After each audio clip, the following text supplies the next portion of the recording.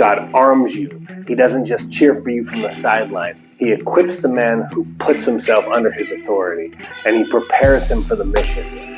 That's partnership. You train, he arms. And what gets built is a man who cannot be shaken because the foundation doesn't shake. Samurai with that look in his eye, walking through a wasteland, sword swinging peaceful at his side. There's a version of you capable of far more than you're currently living. More disciplined, more capable under pressure, more useful to the people who need you, including people in places that you've never been, facing things that you can't imagine. The gap between who you are right now and who you were built to be has a name, and it's called neglect. And today, I seek to end that for you. I'm Joe. This is Martial Matters. Preparedness in mind, body, spirit for hard days ahead. And today I want to give you 3 things that will start changing how you train, how you think, and how you live.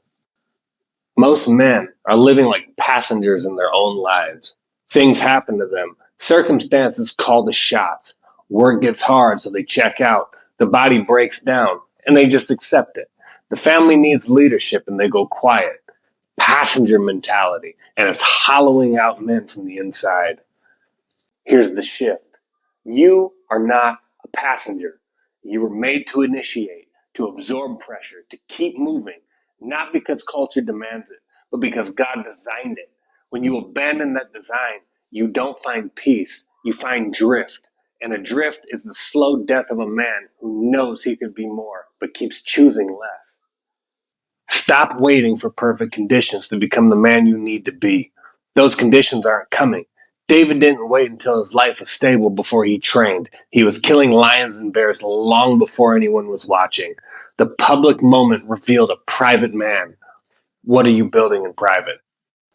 Let's talk about training, specifically adaptive training, because I'm not interested in helping you look good in the gym.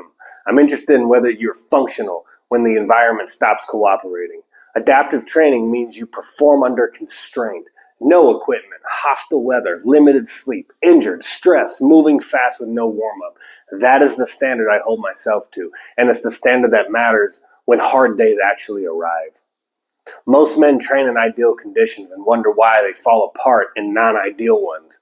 They need the right gear, the right music, the right warm-up. Strip all that away and they're lost. That is not preparedness. That is a hobby. Here's what adaptive training can look like practically.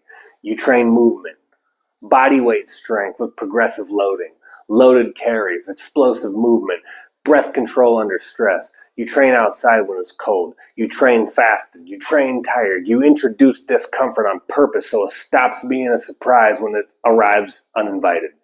And you train with a purpose beyond yourself, because the men deploying to hard fields, missionaries, relief workers, men going into persecuted areas, they don't get ideal conditions. They get whatever is there. Your training should mirror their reality if you want to serve alongside them.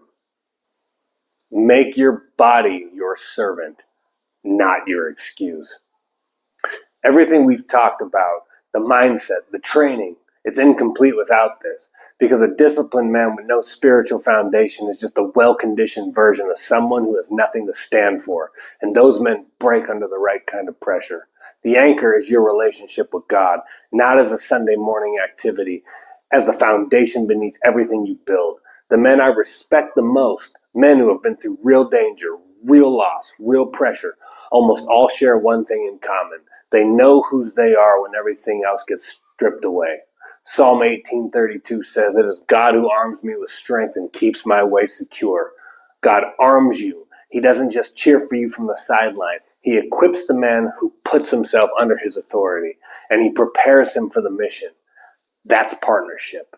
You train, he arms. And what gets built is a man who cannot be shaken because the foundation doesn't shake.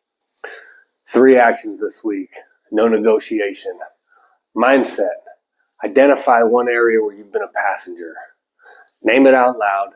Then make a decision this week that the passenger version of you would avoid. For your body, add one adaptive element to your training this week. Train outside. Train fasted. Do a loaded carry. Remove one piece of equipment that you depend on when you train, and train without it. begin to make your body adapt. And for your spirit, why not read Psalm 18 tonight, the whole thing? It's about a man in battle crying out to God, watching God respond, and let that be a standard for you.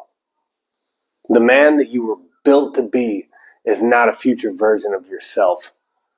He is built right now in the decisions you make when nobody is watching, in the training that you do when you don't feel like it, in the faith that you hold when the pressure is real. Build him.